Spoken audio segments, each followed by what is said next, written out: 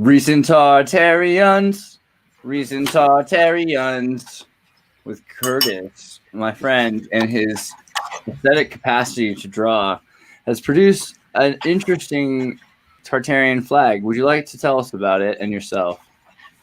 Yes. Well, I met you a year ago, and I'd only heard of Tartaria from your weird online ramblings, and you opened up my eyes to the mysteries and magic of the true ancient world. You're so sweet. Well, Curtis is also familiar with quite a lot of history already, which I think helped play into this, actually. The fact that you know about, we were talking, for one thing, your Minds handle. Let me pull up my screen and your screen at the same time, and then we can, let's see about that. Share there. Okay. Is that working? Cool. And then I'll put that into the screen where it just, can you do two screens at once? Is that impossible? Oh, there you go. And then you do, that's your screen. Okay. And then do both screens at once? It's not letting you do that? That's crazy. Oh, well, I guess we can't be it's not a huge deal. But, yeah. Okay, well, here for just a second, we'll just do. You can see this is his web. This is his Minds portal, and he does a lot of cool art, and the art is fantastic. This is the Media Bender's Philo, and he's the character. You got to pick that back. Philo does not belong to Media Benders. You jacked him back. That's rad. That's cool. Cool, because he's actually, that's fair. He's a free, Media Benders was a slave name anyway, but one of the things you might notice amongst animation and art and stuff like that, and hopefully we'll be doing some art with you because I'm in animation with you because I've been doing animation recently. I'm actually animating you because I thought it'd be funny to animate an animator. But here is the thing that I think historically led you into knowing about Tartary, as I recall, was the Hobo dollar, Hobo nickels, Hobo money. Would that be accurate to you? No, I did the Hobo dollar after that, but all largely inspired by that. Oh, okay. So when did you hear about the Hobo dollar? That was I was on Minds, and I was into what Ian Crossland was doing, and I stumbled upon a conversation you had with him, and I just kind of followed just a little bit of your, I don't even, maybe it was your Minds or your YouTube, and then I started doing some independent research and trying to figure out what Tartaria is, and I still don't know, but I'm still following that road, That's awesome. I'm gonna pull up then, just because of that. Just let me see if I can do. If you look at the very left side of the dollar, the resolution on this one's not very good, but it kind of starts with this symbol here, which is ancient Sumerian symbol that means freedom. It's the first written form of the word freedom we have, and it literally signifies return to the mother. Those two symbols are return and mother. Because if somebody was held in debt slavery, after they repaid their debt, they would return to their mother. And then above that, you see Tartary, Tartaria, the Tartarian tablets. One thing I learned is that you put sorry, I just said the dinger. You put the Sumerian dinger in there too. Yeah. The whole collage in the background of this is sort of a question of what is money and how far does it go, and what is the history of money. This is a good example of how this works, how they create symbolism that is magical, and it affirms, it validates itself. You have pictures of things like the Templars, and the more that it's subtly understood by people that know the names or the symbols, but they don't necessarily know the whole story, but they just know it has potency and virility and influence, then they'll rely on that. Let me pop up really quickly something I found. Is it here? Hobo nickel .info wiki on Hobo nickels. There's actually an entire thing all about different kinds of Hobo nickels you can find, and Bitcoin people that are working on new versions of this, making kind of a digital, coinage that has uniqueness. But vagrants, the hobos that would travel, would take a coin and then they would carve things into it and change the coin. Mm-hmm. And then they would be worth, they'd be both valuable and priceless at the same time. Some of these people would never sell these because they'd be kind of like their talismans. Yeah. in other circumstances, that this would be their only money source because they made these crazy things, and people would give them $100 or $10 or whatever. Because this was, this goes back early altered coins, 1750s, beginning in the 1800s or earlier. This is where some people started saying, we got chamber pot manipulations to make it look like a girl squatting on, the goddess Columbia squatting over a chamber pot. But there's also, examples of coinage that people thought there's no way they could exist because they must just be reverse engineered from American money. But they're, people would slam money. If you were going to a Renaissance fair, they were creating these coins all the time. Have you read into like hobo slang, like graffiti? There's a word for it. It's like hobo language, hobo etchings, where like if you're a hobo and you stay at somebody's place and it's a nice lady who makes you soup, then on next to her door, you're going to scratch something into it. So the next hobo knows that there's a nice lady who lives here who's going to give you soup. And there's like a whole alphabet of those kind of characters that have been used for hundreds, probably thousands of years. Yeah, it's amazing to think about what is a hobo also, just in general, because we have this kind of connotation of, like a vagrant, a migrant, a tramp, a refugee worker, someone who's been forced to become a bum or works only when forced to, someone who's lazy on purpose or chooses to be not, successful socially, but is a vagrant. But, some have said it's hobo, or from French, from the railroads. They used to say on the railroads, like, hobo. It's like, hey, guy. Or also homeward bound, which could be or a homeless boy. And I tend to found this to be, and I have a bias, but I've found this to be the one that I find most interesting, is that Mencken in the American language has said, tramps and hobos are commonly lumped together, but see themselves as sharply differentiated. A hobo or a beau is simply a migrant laborer. He may take some longish holidays, but sooner or later he returns to work. Lower than that is the bum, who neither works nor travels, save when impelled to notions by the police. And the etymology of hobo, a tramp and hobo, some of these earlier words, lousy, clumsy fellow, country bumpkin, and hobohemia. And so when you find this idea of this facetious formation of hobohemia, like communities of people who were bohemian, and so these are people who were like either gypsy or French, les bohemiens, and they were traveling around from Louisiana territories, and the bohème. Puccini has interesting music and stories that have kind of become like the Bohemian Rhapsody, and you're familiar with that word, but it is originally, it was kind of a derogatory way of looking at people. So hobo, homeless boy, bohemia. I think those are kind of interesting jumps into Tartaria. Yeah, that's really cool. I'd like to learn more about the word bohemian and where it comes from. Yeah, I mean, looking into the Bulgarians and the Czechs, right? So the Czechs consider themselves to be the Bohemian, Austro-Hungary and Bohemia, like the Bohem, the mighty behemoth. There's some connections to be made. Also, though, economics I think is interesting. So this whole spiral of you're being a flag, and we think about what Charlie Chaplin. I like this. This character represents first off, a flag is an important thing. Like you look at the Civil War flag that's still being argued about, and it's the battle flag of the South. It's not even their actual state flag. And I feel like if you put up their actual state flag, no one would notice, because the Confederacy looks so much like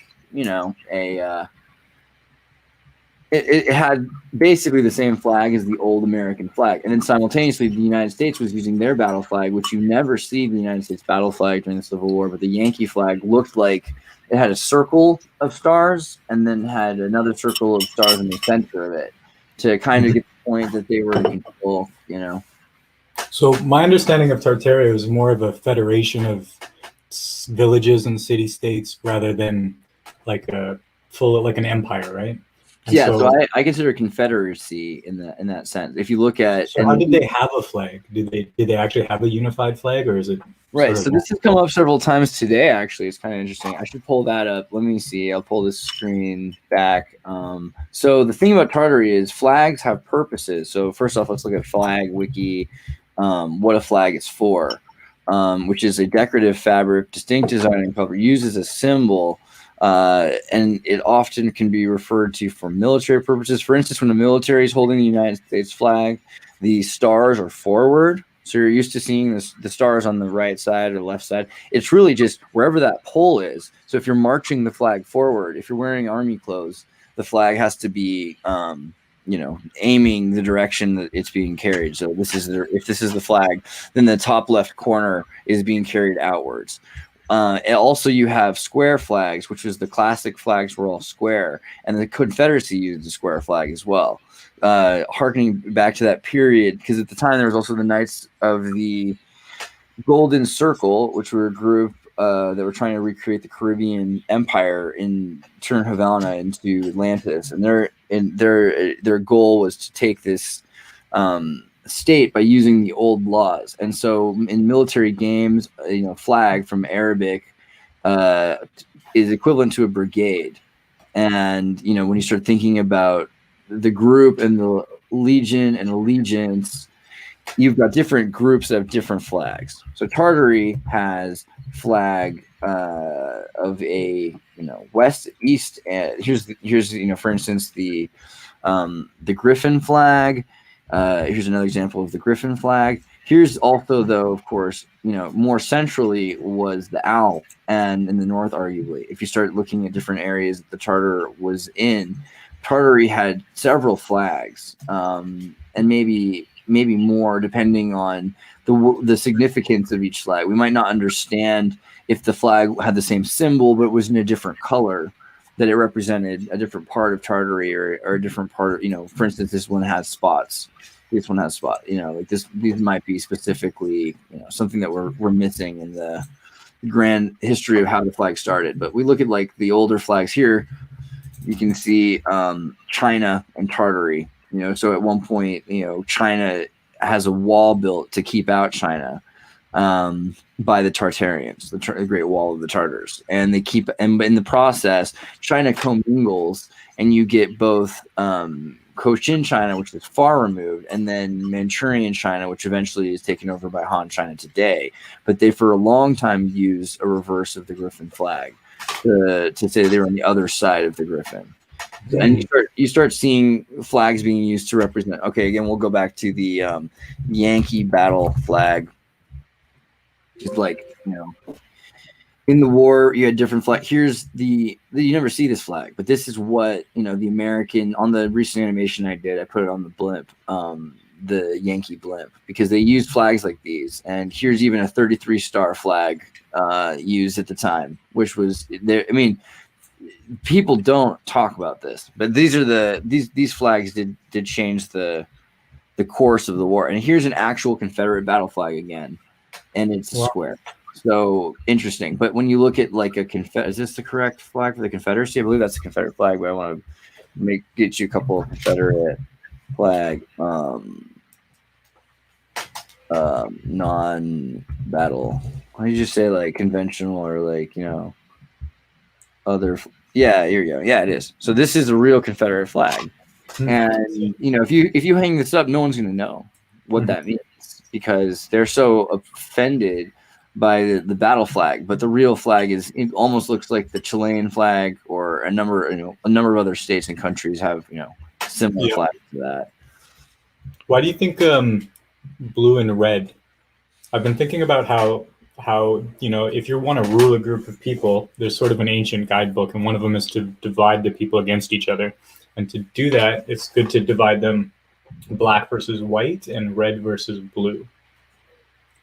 Like every combat game you can think of is either red versus blue or white versus black. Chess or boxing or wrestling, it's always blue and red or white and black. And Well, flags have, are almost always blue and red. I've noticed that the black and white ties have been used in the debates a lot recently. That was something that was kind of interesting, is that they were often wearing these striped black and white ties instead, and that obviously, is like a goalie, and stands to the side of the game, is like, outside of the normal allegiances. But according to old Slavic traditions, white, and this is also what the French kind of have said. The Russian flag, by the way, and the French flag are also red, white, and blue. So it's not that it's the American thing or anything, everybody, by the way. It's like everywhere you go. But on a really fundamental level, there's like, different, these closely related different cultures that have influenced so many other cultures have these colors. But, constancy, power, bravery, often blood, often sacrifice is associated with red. And let's see here. What do they say about red again?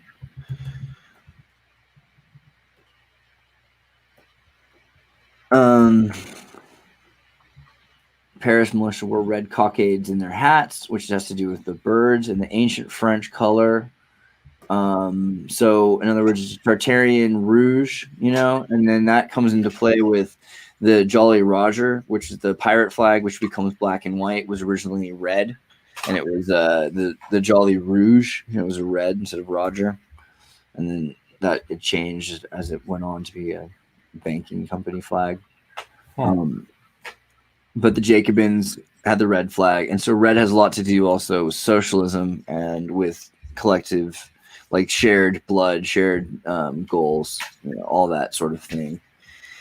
And yeah, the Knights Templar and everyone who used, red seems like, yeah, there's red for blood. But blue also is like, it says faith, loyalty, and truth. But also loyalty, I see it as like sterility in a way, or like, because it's like blue light sterilizes. And so in a lot of ways, it deviates from deviation, and it remains true to a agenda. So it's following, it's very patronizing and didactic, submissive, and it follows its order. So, but often what you'll see with Tartary is red and black. Yellow and black. And right. So that's something that does come up a lot. And the two-headed hand and the talons, sort of griffin-like phoenix eagle thing, really does to me often remind me of the griffin in China and Tartary, to say like the division of the two empires, which has become civil. And it might refer to like formerly what Rome and Byzantine empires were similarly, like they were divided but equal, and that this led to a confederation. And so like the Swiss have a confederation, and a lot of states have confederations, small states. But that's one of the central symbols in Freemasonry today, right? That two-headed eagle. In Scottish Rite Freemasonry, they use the double-headed phoenix as well. But in the original plan before the First World War, when they were trying to make the Austro-Hungarian Empire, which was using the two heads, wanted to combine it with the Bohemian Slavic people, and so they wanted the Czech Prague city to be the capital, and the center here, blue spot, would have been filled in with another head looking straight on and representing the Austro-Slavonic or Austro-Slavonian Hungarian Empire. And that was almost there, except for the assassination of the prince and his girlfriend or wife. But yeah, these symbols do come up every time. They never go away.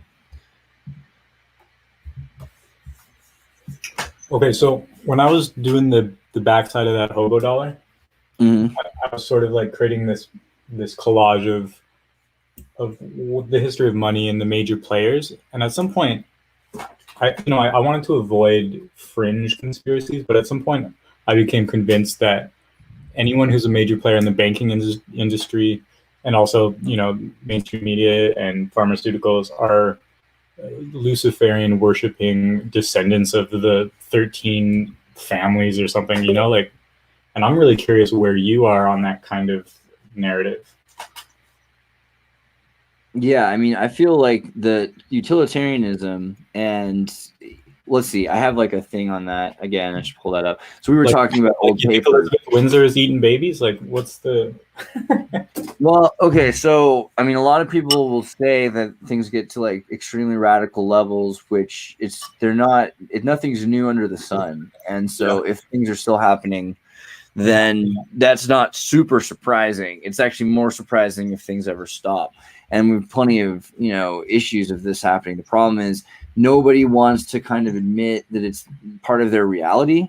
Right. And I've noticed that's like Halloween was weird for me for that reason also, because like, for me, it's like I've seen like dead bodies. Like I've lived in like places that were like messed up. So when I see, a suburban neighborhood in Halloween, like for me, Halloween's like, like they've got like corpses and like just like a corpse, with his hand rotting coming out of the driveway of people's houses and stuff. And it's like they have no idea. And the kids love it, because they've never seen anything like it. It's real. Yeah. So it's like, it's fun. It's funny. But, they're still scared of the weirdest things. Like there's this hot dog that gets chased by a fork and a knife in a commercial for some sort of a Android game. And it scares the heck out of these like 5 to 6 year old kids, but they can hang out with this Halloween corpse thing.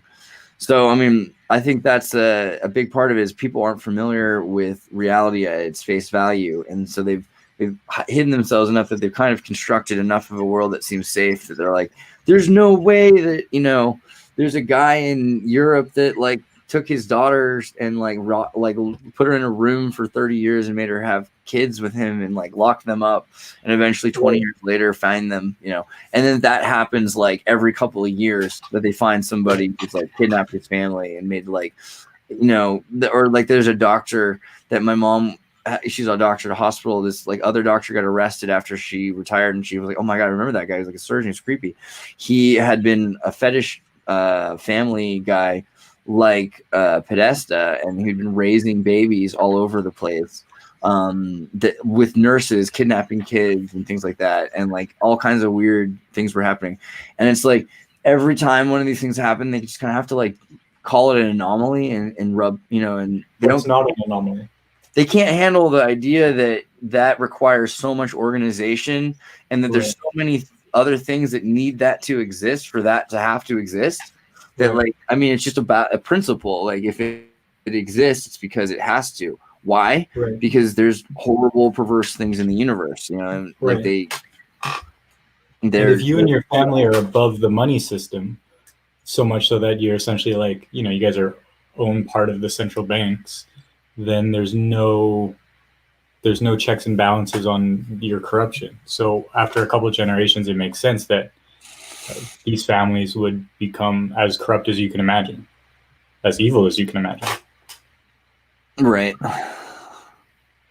I'm trying to find my international Rockefellerian thing now. So like at some point you asked me about that paper, and I'm not gonna read all of it. I was gonna look over some of the parts of it. Like for one thing, and yeah, let's put your cartoon up and you can draw while I look at some. I'm curious what you know about these guys too.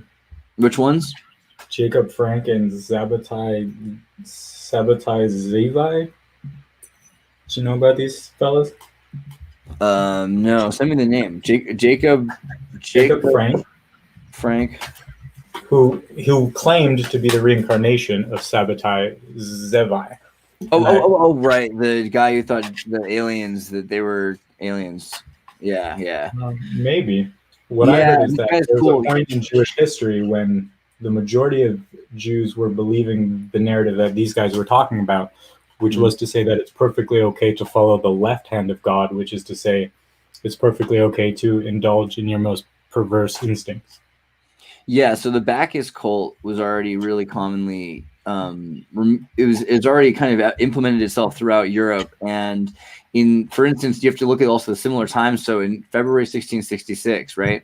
So that's the same time as when Britain has the fire and the libertine age. And so England is going through a crazy amount of similar like the libertine age is considered to be like the gonorrhea period of history in a lot of ways. So all over the world, it seems you've got this super gnarly amount of both liberty and sin and everything like the Bible talks about, like Sodom and Gomorrah kind of things, people throwing their daughters in the streets, definitely happening, it seems like. But that's not to say that that's necessarily what Zevi was doing, or if you call him Zevi, or wait, yeah, I think it's Zevi. Yeah. But whatever. Yeah. I mean, we'll ask somebody who can pronounce it properly. He was trying to get this idea across that there was kind of a supernatural alien kind of consciousness, like they're basically God was kind of this like alien consciousness that had come through the Zohar, and that this hyper awareness in the Tetragrammaton had awoken part of humanity, and so humanity was also surpassing what had been the rules at that time. And so there's a transition thing there, and you have to remember the rules in the 1600s were not the same as the rules today, right? You also have supposed, well, you have malaria at least, but you have plagues of kinds. And when there are plagues, people sometimes blame sin. They're like, well, maybe you shouldn't have been doing such bad karma. I mean, that's like kind of a lot of anthropologically people's first result is that they'll respond that way. So I still feel that way in my own life when something bad happens. Yeah, I mean, because I stole that. Let's say you figure out how to become a psychopath or something, and you can step beyond, your idea that you're going to be punished by imaginary forces. What happens to you, right? And this is a big part of this idea of atheism, is that they think that they're transitioning people. You might actually be creating a criminal ideology, because you're saying, hey, let's make people that want to, they want to torture each other for fun, and some people want to enjoy being tortured. I mean, like the levels of existentialism get numb, and then people start hurting each other. But also this idea that they're connected with this consciousness that's outside of Earth.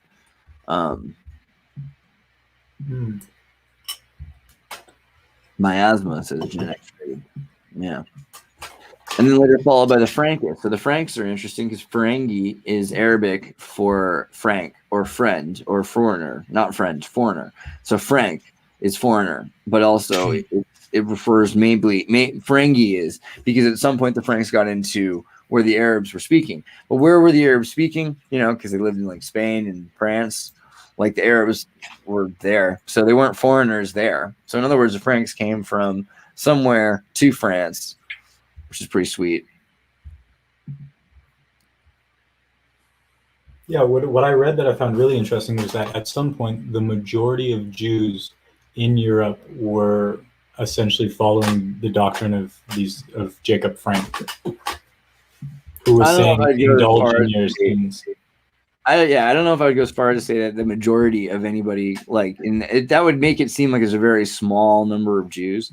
But like, I think at the same time, that was a big fear in Europe at the time, was successful foreigners. And I think this is something like, this is more of an opinion on this, like on an honest opinion, because I think a lot of people do get like anti-Semitic to a level that's, a logical fallacy. And I'm all for keeping people accountable. Like, trust me, like, don't get me wrong. Like, for all of its faults, like, though, I think still Israel exists, and we should like kind of acknowledge the way it happened and stuff. Still love Palestine. I mean, I still think it's horrible it's being destroyed. At the same time, though, historically, there will be people on all sides of an issue, and especially if there's a state that's 40 years old because it's trying to establish itself and people are born into it, they're going to be making the best decisions they can based on the fact that they're born into it. I mean, like, imagine how people think about Americans and what we're doing, and like how we're doing the best we can, in a bad country or a bad situation that's influencing people under like drone striking under the Obama administration. Like how much is the best that we were doing as American citizens, right? So similarly, a lot of horrible stuff happened to Jews because people were jealous of them. They came into a place and they're like, you can't work here. And they're like, okay, what do we do? And they're like, well, you can't work here, but we need somebody to do all this grunt work stuff. And, you can't do grunt work. Okay, do the money thing. And then they end up doing all these jobs that people need them to do. And they end up doing them because no one else will do them. Well, they make money. And like they become successful enough, and people are like, wow, like they're doing better than us, and we were here first, and that's not like a wildly new argument or new thought, you know. So a lot of the time people will then be upset, and then they'll say, oh, you know, the Jews, they're drinking blood, you know, the red wine they have, that's not wine, like we just magically turn it, and the priests, they're actually drinking real. So then they had to switch to like white wine, you know, for Shabbat for like centuries, you know, because they were like, no, we're not. And you know, for so many of what Jewish customs that have survived are like the Methuselah on the door, you know, is like a little bit of the scroll from when we had to leave in the night kind of a thing, and they put it there on their door, you know, slanted even. Like it's, there's a lot to be said for the unleavened bread, like we're always on the move kind of a thing. That's the interesting culture that they've created. So I don't know if it's necessarily that they're existentially were all this one way, but I will say that it was an essential part of the time. Everyone was in the 1600s into liberty radicalism, and were into sin and debauchery.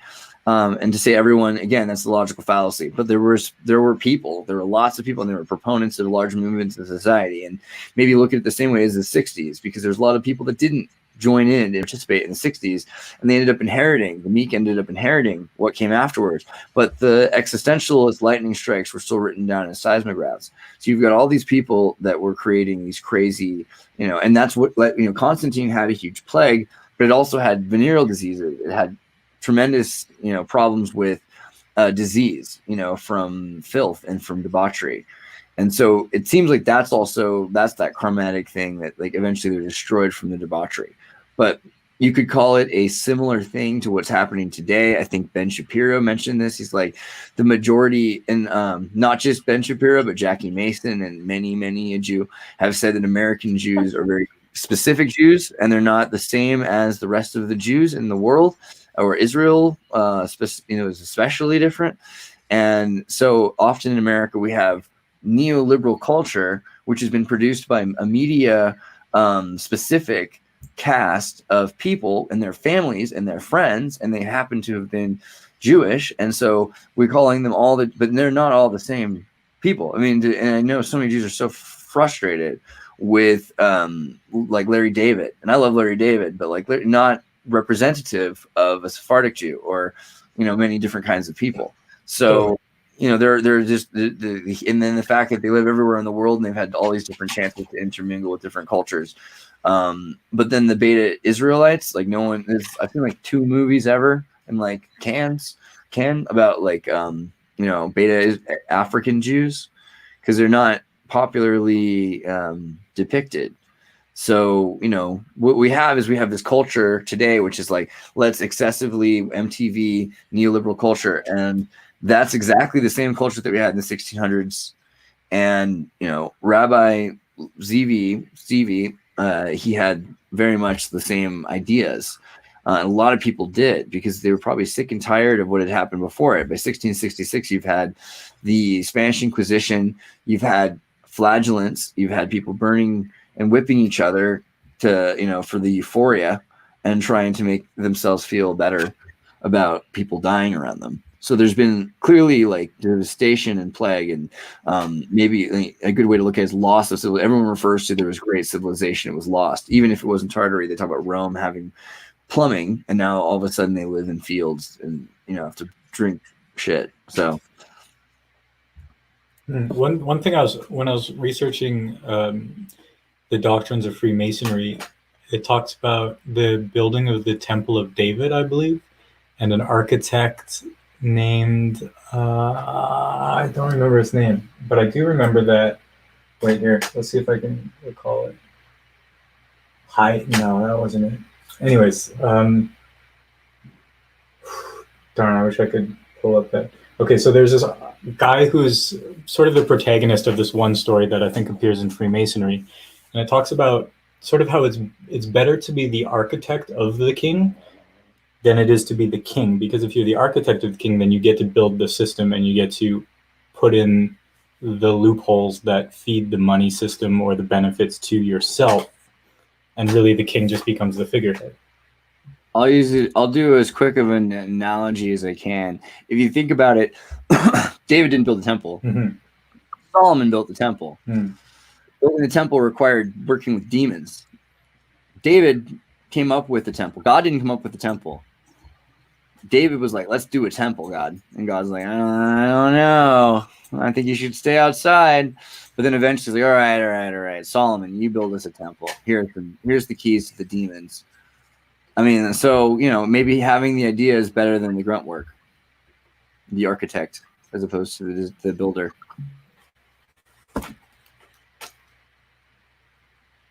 I think it was maybe, I don't know. There's one famous American. I wish I could need a better version of this. I don't know if it was Ulysses S. Grant.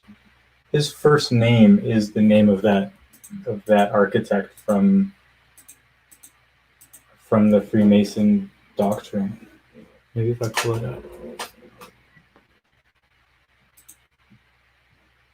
I'm sure there's a million people who know what I'm talking about.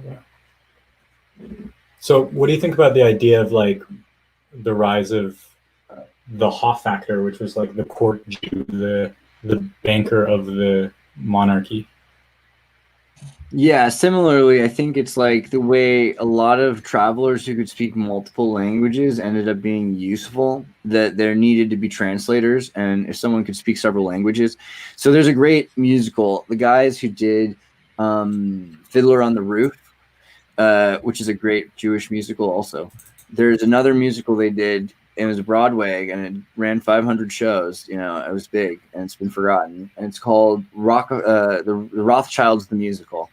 And it's amazing. And hit me up for a copy if you can't find it, but it's amazing because you've got, basically this dude tossed a coin and he, makes some money, and he eventually has a wife and 5 sons, and he sends each one of his sons to 5 different nations. And they're banking for Copenhagen, and they're banking for this and that, because each one learns a different language. But then there's Napoleon, the Napoleon conflict. They didn't know in England if Napoleon had won or lost yet, but right. He did.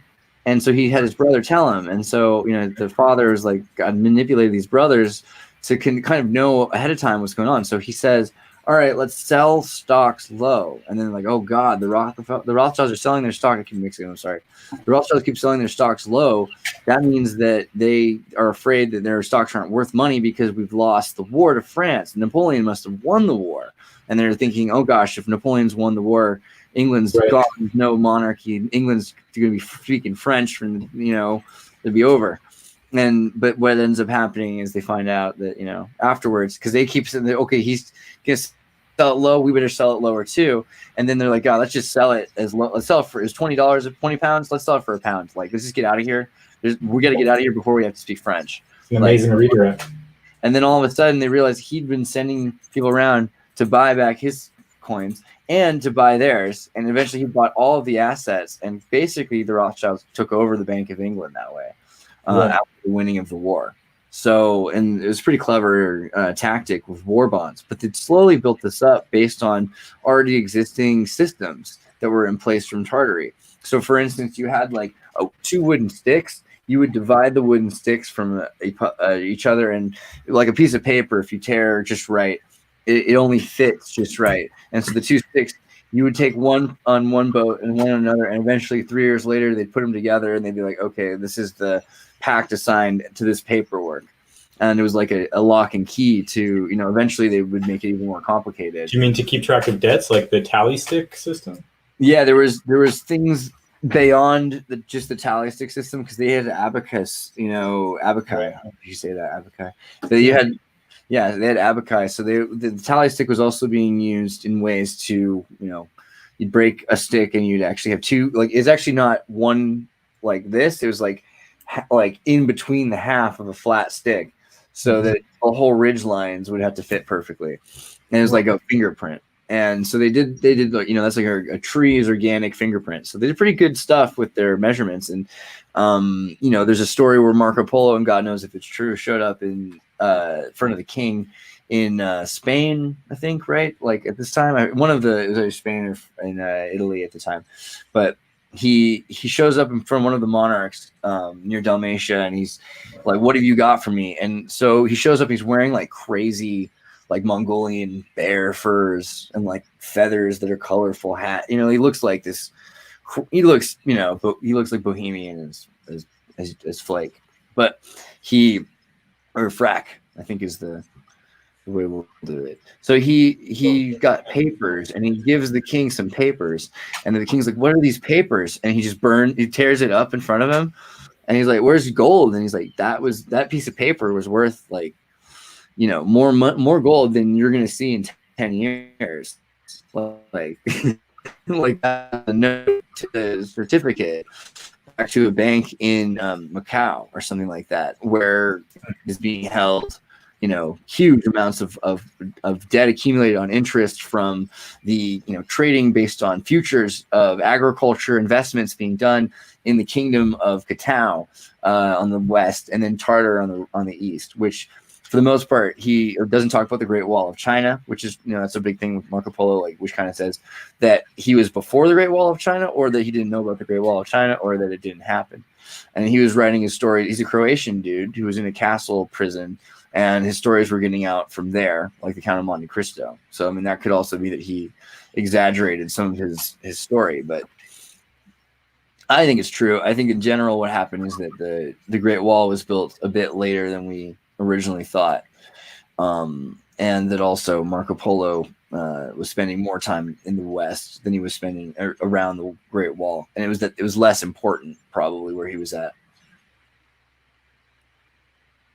So what do you think the Tartarian banking system, because that predates what people typically call like central banking or fractional reserve banking, like it's thousands of years before those terms even appear.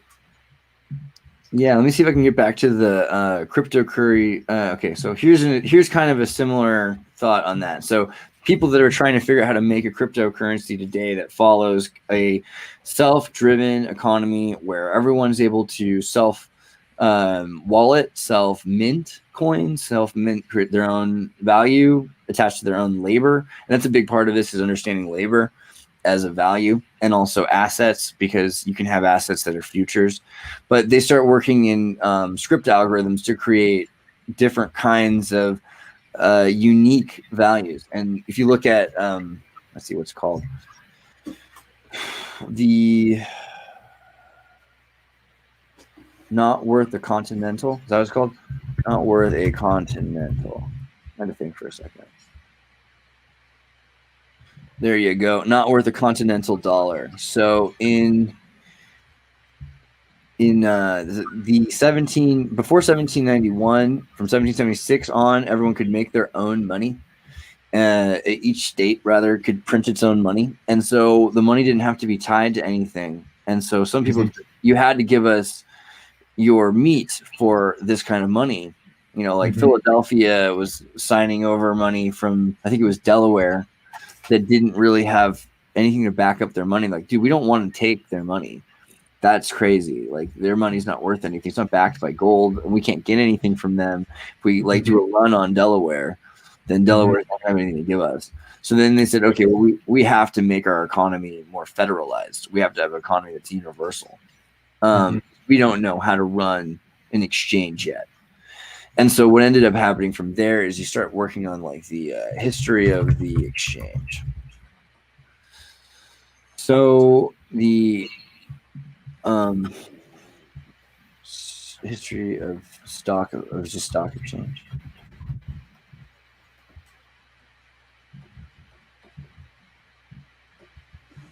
Wiki. Stock exchange. Okay, so stock exchange has been going on since the ancient forums of Tartary, and you see it in stories of Greece and in Russia and in Persia. And there's also dark pools. That is really where it started. There were originally dark pools of people, and then they came together and built forums. And forums were really just gathering places, and these gathering places would be bizarre. And these bazaars would have different sales of different items, and people would buy and sell things, and they would exchange in a forum intellectual and physical property, right? So You could have exchange of ideas or art or labor or whatever. But as time went on, it became the most important thing. A lot of society is like this. We have malls, and mercantilism really built up. And look at cocaine and business in Miami, like there's skyscrapers, right? Like in general, mercantilism made a lot of these things more often than you think. We think it's religion, but it has to do with exchange. So exchanges, once they were able to figure out how to move them back and forth, became really complicated.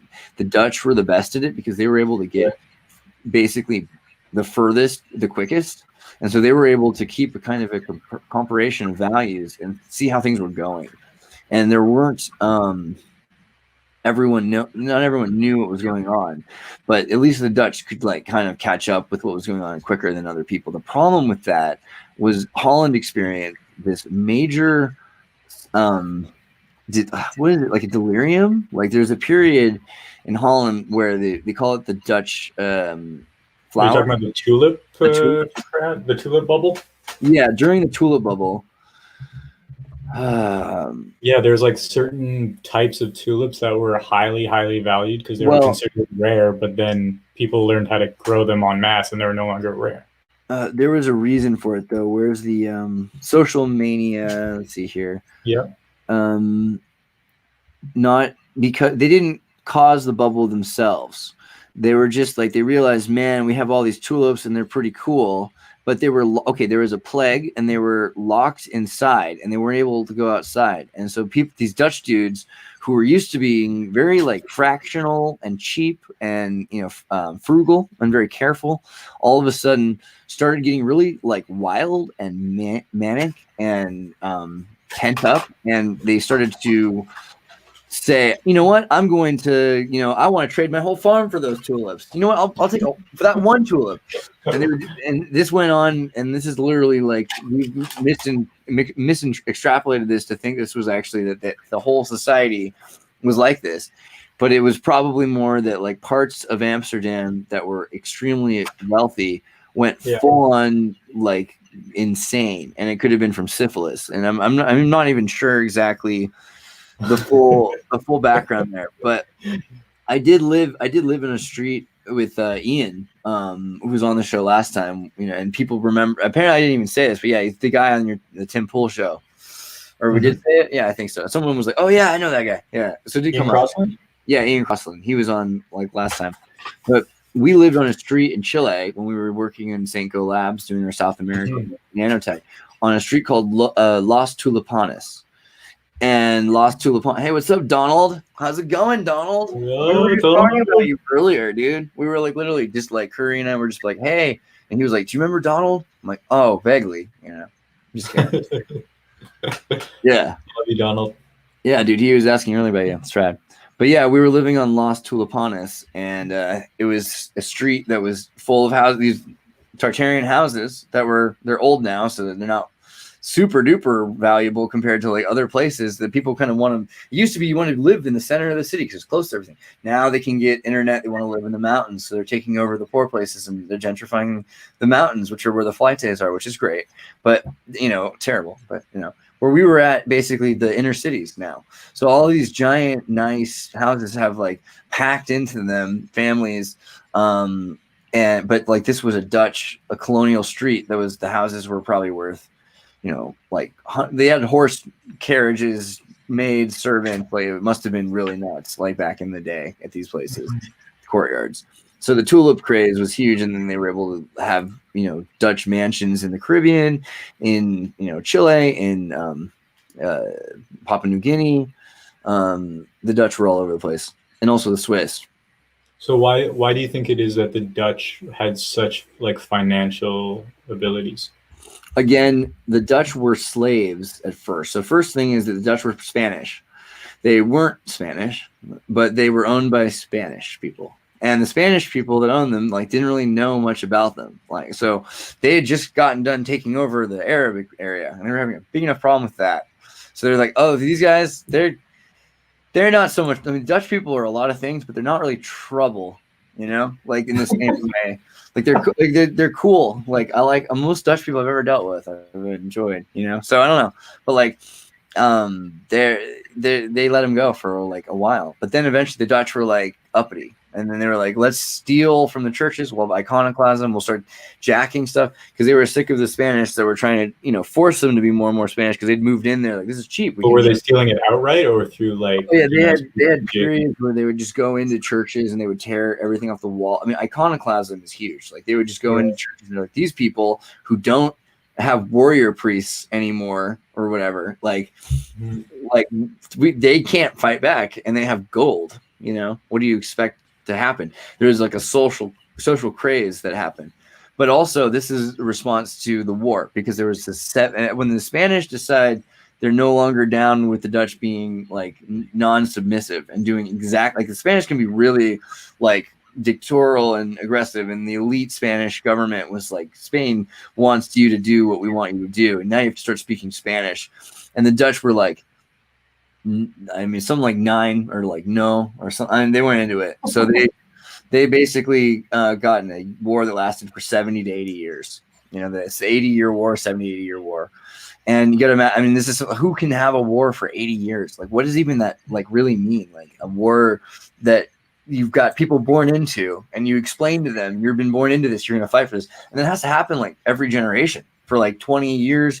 There'd be another generation. Like, this must be going on like every time. You're like, who am I? Like, well, you're Dutch, son. And who are they? They're the Spaniards, son. And what we're going to do, son, we're going to fight to the death, and you're going to have a baby before you do. You got to hurry that up. And so Holland went through a pretty crazy, dramatic change in its culture over that period. But simultaneously, they were being forced to work for the Spanish. They were put on boats, and they went to South America, and they went around the world, and they were doing all the trading for everybody. And they did, the Dutch East Indies Company came out of the Spanish Armada, basically, because the Spanish Armada built them up, and then the Dutch were in charge because the Spanish didn't know how to run the boats properly, and then the Dutch wouldn't work with them very well anyway because they're like, that guy speaks funny, and like they both speak funny. Like that's the other thing. How gnarly is the Barcelona accent and Donald Duck at the same time? Like that's like the weirdest scenario. But like so they got in fights, and eventually the Dutch East Indies Company took over the boats. Plus you have Irish. And so the Irish porters are involved with this. So the Byzantine Empire is collapsed because of the plague, which we were talking about. You've got rats is the story. I don't know if this is true, but rats end up into the city, and people get sick, and people have vomitoriums, and people are sinning. And I think that's a better excuse. But they have a plague, and then all of the books and everything they have has to get sold, right? So where's it go? So nobody even cares about some of this stuff, except for the people that are doing the portering. The porters start buying books. And so the Irish start sequestering books, and they take all these books and they put them in libraries. And Ireland had huge libraries, and the Fitzgerald Normans started bringing them to France and selling them. And so in a lot of ways, the Byzantine Empire was exported through Ireland and then got its way into Italy, where the Jesuits were getting their hands on it. And that kind of is where the Renaissance begins. The Renaissance is kind of a direct repercussion of the Irish. Okay, but how did the Dutch get so good at banking and stock exchanges? Well, I mean, mercantilism. So grosser mercantilism. A lot. I mean, that's a complicated way. Like, that could be a racially charged hypothesis that you pull me into. I think the thing about Dutch is that I'm not going to hold it against the Dutch, I would say, as a quality, are very good with accounting for fractional values of things. And I've seen this. Like, I was in Bolivia, and there was 3 or 4 Dutch at a table, and women and men too, and so it's like a beer. I think it was like they got like a beer, several beers for each other. They got their own beers, each one would get their own beer, and it was the cost at the end of the thing for all getting the beer came out to like, if they were to divide it equally, like for each one getting their own beer, for whatever reason, it came out to a fraction of a penny or something like that. And not even a penny, right? Like, 'cause it's a penny of Bolivian money. So it was like it was like a rupee. It was like 50th of a sole kind of a thing. And they were like, okay, well, what we'll do is next time you'll buy the beer and you'll pay for that penny. And then the next time she'll pay for and it was just like, really, dude? It's like, I don't know. So like you almost went into a Dutch accent as you're doing. I just wanted to just throw money on the table and just like leave. I was like, I can't handle it. But it was pretty. I mean, like they're good. at accounting for things in a lot of the circumstances I've dealt with, Dutch travelers who were. I don't know if that works for every Dutchman, but like, I think the reason that might exist and is because of poverty, because for a long time the Dutch had floods, they had famines, they had wars, they were conscripted into. They weren't allowed to increase wealth. They weren't allowed to build up their own wealth for a long time. And when they were freaking excited about it. So like in the 1600s, Grosser comes out and he's like, dude, mercantilism is the deal. The cool, like what is cool? Like everyone Dutch is like, let's buy cool stuff. We have money. What we're gonna do when you're poor, you just want stuff. When you can't even have. You're so poor for centuries, you don't even know what to want. Finally, all of a sudden, they have some money. What are you gonna buy? And so Holland's getting sugarcane and cocaine and tobacco and hats, right? Like, have you seen the Dutch hats? Like the crazy hipster fashion really is like Dutch people, because they're just like, dude, give me whatever you got. I want to try it all. And simultaneously, the Puritans have escaped England and they're living there. So you've got like constantly this like dynamic between people that are like, oh my God, look at the Dutch people. But they're there only because they've been kicked out of England. And the Dutch are like liberal hippie state, lets people do whatever they want. So they're like, yeah, you want to be you can be a Puritan, do what you want here. And the Puritans are like, oh, but would you stop? They're like, no. What kind of time period are you talking about here? Like 15 to the 1660s. And then there's 1640s to 1660s, the Puritans are starting to figure out what to do, because when they leave England in the 1620s, I think it is, they've basically been given debts for having their own church sermons. So they end up, they're like, you can't pay them. They're like $20,000, like literally like 20,000 pounds at the time, which is impossible. So they would just go, you go to jail and then be tortured. So they would get everyone on a boat. Fined for having your own church service. Yeah, you weren't allowed to do one that the state didn't run. So what had happened is that there had been a Catholic Church. They had taken over England. England didn't like the Catholic Church that much, but they went with it up until they couldn't anymore, when the king wanted to kill his wife every few years and have another one. Had like 5 wives and had a grand old time. And like, this is an interesting thing too, because this is right after the Spanish tried to take over, and he wanted to do 5 wives. Who does 5 wives? Well, at the time, the Spanish were Muslims, right? So you've got this king who has 5 wives right after the Muslims were trying to take over. And you look at all these Muslim Spanish connections to England, which was in preparation to become a Muslim Spanish state. And, so even that is interesting. But the king probably was like, I don't know what to do. I guess what I'll do is I'll just slowly kill them off or something. I mean, the history of that, I think, is different than the way we've been told. But the thing he ended up doing is, the Catholic Church is like, dude, we can't have anything to do with this. This is way too public, like, for what we're into. Like, because we do dark stuff, like, so we can't have people looking at you and being like, you're associated with them. So basically, he started his own church, and it was like the Church of England, the Anglican Church. And the Anglican Church has priests can get married, which is also very much more Islamic. And there's a lot of things there that you start to see the correlation between. They're like, well, maybe we'll just get them ready for it, because they can see how Christianity really could just fit into Islam anyway, and we'll make it work. But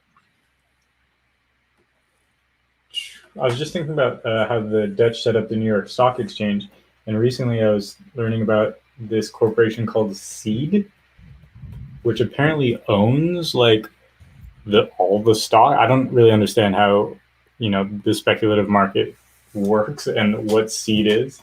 And then also there's like the Bank of International Settlements, which is the bank of all banks, basically. And it seems to me like it's these 2 companies who are the lender of last resort, and are essentially the ultimate assigners of debt and credit in our current system.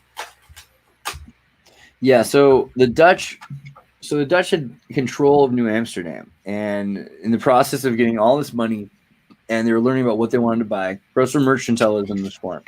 So Grosser says, basically, the coolest thing to do is to accumulate wealth and to build something awesome with it, that then your citizens can be inspired and invested in with itself, that leads them to do stuff that's cool. Because then you'll own that, in a sense. By owning that state, you'll own a state that's increased itself in wealth through mercantilism. And then Grosser called this, yeah. So then they realized the other thing is it's double Dutch, and because you can get another state with another colony going, and the colony, you start to marry into the other people that live there, and then they become kind of a confederate state, and they just, they're super easygoing. The politics was not really important to them, and that was a problem. But they were more interested in the economics. So Wall Street, right, was the wall of the Star Fort in New York City, which eventually they had torn down. But then the English came in, and the Dutch had so many different people living there. They even had Jewish people living there, and somebody mentioned this. The British were like, we don't want to work with people in this area because there's Jewish people working there.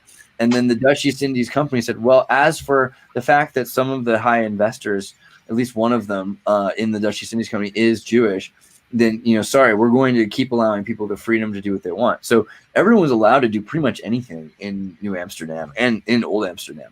But when the British showed up, they said, why would we fight for you? You've given us, they were so spoiled, they didn't really understand. And then the English came in, and then no one had fought against them they didn't defend their own colony. They're like, well, they said that they just let us keep living here if we let them take over, and fine. And then they, and that's the beginning. They tore down the wall, and then the British started making life hell for New York, and it's gotten worse and worse until now. But yeah, the stock exchange. Do you know anything about this company, Seed? Yeah, I was going to say the thing about the stock is that they use a system in New York that has power 10 seconds, 15 seconds at least. It might be even faster than that, but faster than anyone else can see, so that they can predict if there's going to be a run, and then they can freeze the market. So the amount of influence and manipulation to the market at this point is so specific and so strong. And it wasn't like that at one point, and that was why we had runs as more often than we do now. But they've figured out ways of kind of controlling it. But yeah, Seed, do you have a thing on that? Where's the link for that? Let's pull up a link on that. I remember Wikipedia had a curious article on it. Apparently the Bush family is heavily involved in it. See, Seed, Bush. Of course, it's an interesting name, Seed, to succeed, to secede, to... How do you spell it? S-E-E-D or I think it's C-E-D-E. C-E-D. Oh, okay. Maybe you write Seed and then Stock Exchange. I'm having a hard time pulling it up right now. Let's see. It looks like a seeding company. That looks like something seeding right there. Company. Yeah, that's the one. All right. Let's show you guys something interesting. So it says Seed technically owns substantially all of the publicly issued stock in the United States. Thus, investors do not themselves hold direct property rights in stock, but rather have contractual rights that are part of a chain of contractual rights involving Seed. Well, that's clear as cancer. Substantially all. Technically owns substantially all. For what? Substantially all. I'm glad you're as confused by it as I am, but it sounds like outright monopoly of wealth, of the ability to trade. Okay. Here's the deal. So they have a digital. All right. That's clever. So technically, people are trading digital assignment to stocks that are owned by Seed. And then that way it's quicker, because that way you don't have to trade the paperwork. You're just trading a certificate of ownership of something that's controlled in the depository trust company. Yeah, so it was set up probably to save time and paperwork, but in the process allowed a monopoly to emerge. Genius. Wow. And I think the Bank of International Settlements is sort of a similar type of monopoly, and I would imagine that Seed and the BIS are sort of owned by the same creepy secret families. Brittany says scroll up. What are we missing? How far up do I have to scroll up? Thanks, Brittany.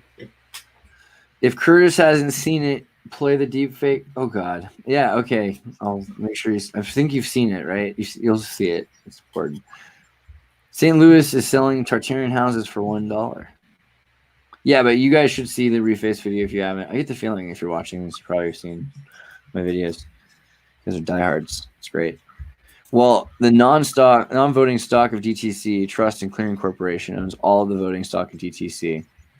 Uniform Commercial Code.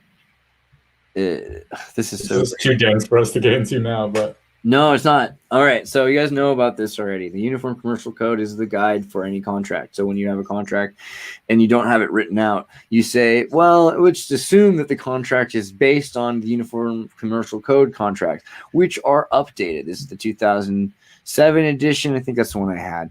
Then they changed all the numbers. So I just kind of stopped bothering to like remember the numbers, because it used to be 107, now it's 207 or something. They just move them around, so you have to remember. But basically, the boilerplate term, which says if you don't have a contract, it's assumed that for the most part it will be used as the contract that the government will use, and that they'll expect that the contract follows the rules of.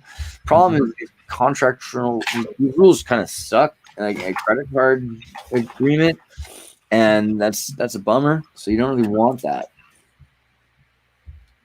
Banks forgot who is supposed to own Dell shares. So this is another thing, is that this system isn't working perfectly. Someone digitally forgot who's supposed to own these shares because there's an erasure. Mm-hmm. Also a great band.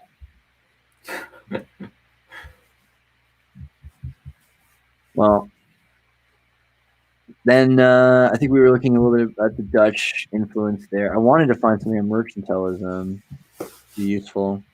And also Fabian socialism. So this also relates back to Rockefeller Luciferianism, which is, so there was a paper on I wrote in school that they were really not happy with, and it was called Technocracy. The state represents our love for the music, drive the speed limit to maintain order. And it was actually October 28th, so it was very recently, just like decades ago. But it talks about technocracy, and I just wanted to get this part. Negative liberty can be defined in terms of the absence or restraint of government.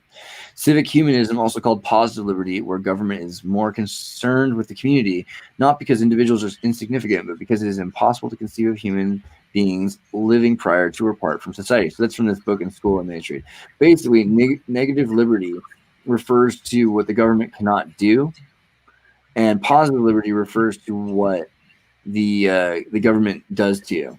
And so this is the beginning of some of these Orwellian terms, and they come out of that period where they realize, okay, well, we have this economy that's been built by these free trading Dutchmen. Let's just take it from them, and once they take over, they're able to change the system to be a proxy system, and then the proxy system is used so that no one has access to the original stocks. Mm-hmm.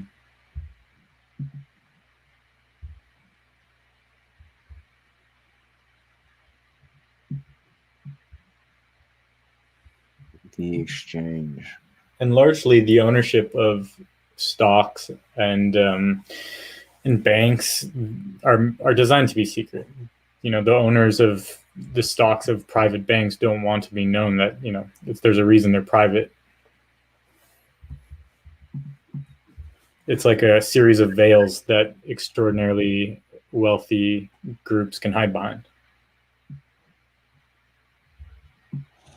In the 1600s, the emergence of various East India companies that issued stock led to a financial boom, which was followed by a bust when it was revealed some companies conducted very little actual business.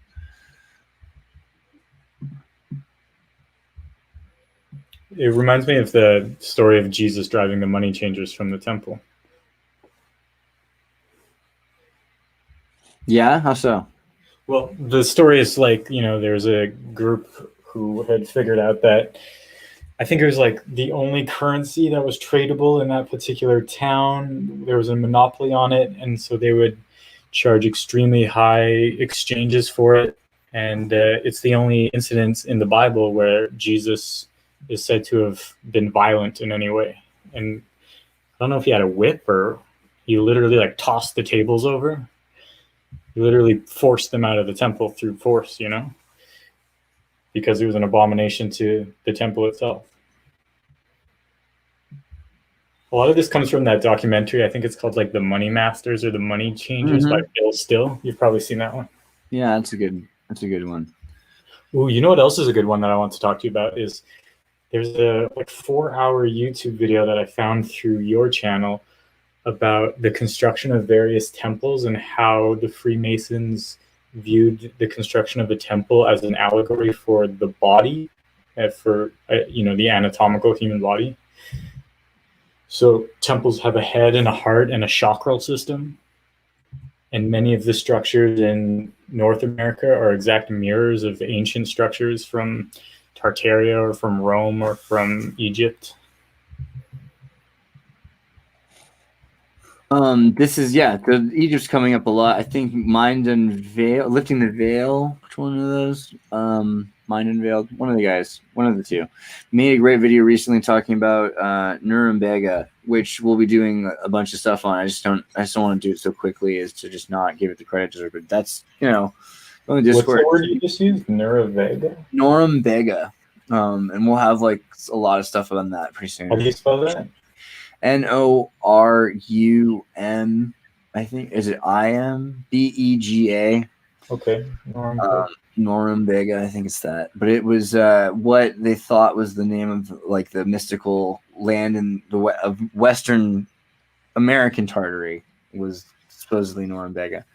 And also in terms of hobo coins, so older than the pyramids, older than the symbols of the the oldest Tartarian rune really is this symbol, and it's like Grasnitsa tablets, and then this, and so there's a double-sided version of it. I think this is just one side. I'd like to find the Tartary. Let's see, Tartary tablets, maybe or something like that. Oh, yeah, I think it's called the Tartarian tablets.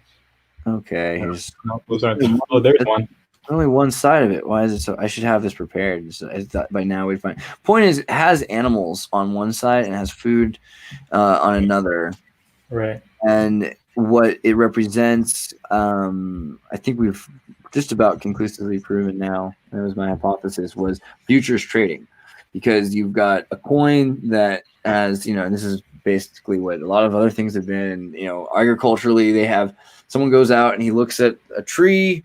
In a field of trees, and he looks at one branch and it has the arms, and he uses Mendelbrot math, and he's like, okay, this is how big the field will be next year. This is how many fruit this tree had. This is how many fruit I predict I will trade my stock of lamb or antelope or something, or slave women. Yeah, maybe. I mean, I don't know. I mean, take them really, but so you've got all this stuff that you got to trade, and you have to guess what it's going to be worth. And you're like, okay, I guess it's probably going to be worth an acreage, 1 acre, 1 hectare, and it's worth this many chickens and that much of. So you're trading livestock for agriculture, and that coin then is very specific to the value, and it's split up, and only one version of it exists. And maybe you can also use mud to make a copper wax, from animal fat, to make a duplicate of it in a seal. So you've got examples of it, in records. And so the earliest stock exchange in the 1500s is the Belgian stock exchange, which, look at this mud flooded Tartarian building. I don't know. It's pretty sweet. And this is the 1531 Handelsbuur, home to the city's Chamber of Commerce for almost 500 years. It's just empty like that now? That's crazy. Yeah, they don't. It makes, maybe there's some sort of time warp thing. They're worried that too many people interacting are going to mess up people in the past. I don't know. But you've got these crazy buildings like that were for a long time trading on the outside of the trading futures. Yeah, on the square outside, the tear bursts in, and get me someone Belgian to say that properly. But tear bursts in would be kind of Tartarian sounding, even I'll venture to say. But they would trade, and they would figure out what was going to be worth. And then it was. I want to read that cartoon. Oh yeah, you're talking to a cartoonist here. You can't just scroll through that. Yeah, so I go back and forth. Those are too big to fail. Okay, I get the joke. Thanks. Of course, investing at the first stock exchange is a great idea. I'm telling you, these Dutch tulips bulbs are too big to fail. Yeah, I like it too. You're right. That was worth it. Saving that one. Well, then they got rid of it in 97, right before the digital transfer to Brussels. 2 years before the American Stock Exchange did the same thing. So, by the way, Europe does it first. And the European Union, then from there, you have the European euro emerge. Because before that, all the states have their own money. So this is the culprit right here. And Belgium's also where the Jesuits were allowed to exist when they were excommunicated from the Catholic Church. They hid out in Belgium. So pretty interesting. Do you think the COVID narrative and the removal or the minimizing of cash exchange is an intentional move? I mean, I like it very okay. So nobody ever asks. Everyone's always asking about COVID. Nobody ever asks how COVID's feeling. You know, like I feel like they're being exploited too because they're just like another life form supposedly, and like you know, don't they deserve like to be remembered how hard it is to grow up inside of a bat and finally make it into like humanity, maybe like, and they're treated like scum. You know, everyone's always like, oh man, you know, like can't even go to the party. Like I feel bad for the coronavirus. Anyway, on that note, I think that anything that happens ever, like you use it. So if you've got somebody, you know, Wag the Dog is the movie with Robert De Niro, where he's like, let's make the election spin. How do we do it? Oh, let's start a war. What? With whom? I don't know.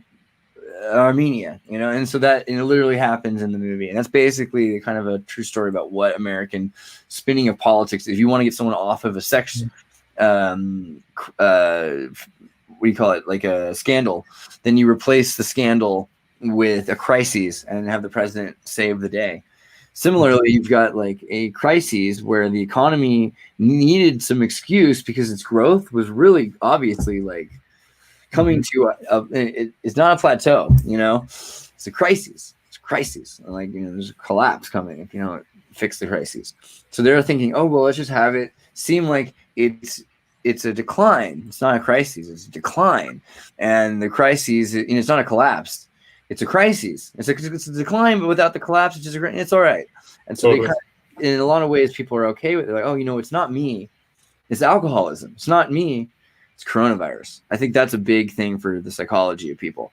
And I mean, like any time it's the same dang thing. Like, so you see it over and over again. Eventually it's like, it has nothing to do with what's happening. It's like they will put flags on their cars and they will stay inside every single crisis. Like if it's the 9/11 thing, or if it's now, it will be like, get them. Whoever they are, we don't know who they are. Oh, what do we do? Oh, well, and this is a beautiful one because it turns everyone against each other because they're like, you're crazy. No, I'm trying, you know. And so everyone's confused, like what you're supposed to do. Like it's basically it's like the plot from LGBTQ, because every day there's a new, like the way there's a new LGBT slang and you need to know it or you're going to die. It's the same with COVID now. They're doing the same thing. It's like, oh, you didn't know you have to wear the mask. Like, oh, you were crossing yourself backwards, which is what, you know, the old Russians, they all 100 years, was it 1880 or something? The Russian old faith movement, a lot of them killed themselves because they were told that they weren't allowed to cross themselves the same way and that they'd all been crossing themselves wrong for centuries. And so all of their relatives were probably in hell. And so, I mean, like, this is, you know, and this is the psychology of a lot of people. Like, they're trying their best. The sheeple. Like, oh, you know. What you say? Yeah, the mentality of the sheeple of like, you must follow the orders exactly to the T. Yeah. Which is cool, though, because, like, you'd be amazed how great the mask. If you're good at dancing, like, you can get other people to learn how to do it, the rig. Yeah. You know, and that's, or whatever that metaphor is. But I mean, like, everything's been pointing to a digital economy. Everyone who wanted one is just now running to the opportunity to release it. You've got all these people. I mean, God, I used to go to like, you know, like conventions like in other countries for like cryptocurrencies to buy islands. Like people wanted to like try to start a new country a few years ago before the crypto crash. Like when it was at 20K, there was like everyone was trying really hard to buy this island near Puerto Rico. And so a lot of people in the Caribbean associated with Scandinavians, and Scandinavians have the trusts, right? So the Saxon Trust, we should get Victor the Boogeyman, and we'll talk to him too, because he does the Boogeyman show, has a lot of really important history about legal, especially Scandinavian issues, that in that realm. There's in the 1300s, 1100s, whenever supposedly, and this flamenco, so it could just be like 100 years after the beginning of the apocalypse. But you've got all these people that are going to the Crusades, and they leave land and they leave property in the possession of others. And those people who are watching it, they don't own it; they have it in trust, so they don't have to pay taxes on it, and they just get to accumulate wealth on it, and it goes back to the person holding it. So a lot of people who have like Epstein money, like $500 million or more, they'll have somebody who lives in in the Bahamas, and that person will be in charge of their estate's trust, and they'll send them $1 million a month or whatever their habit is.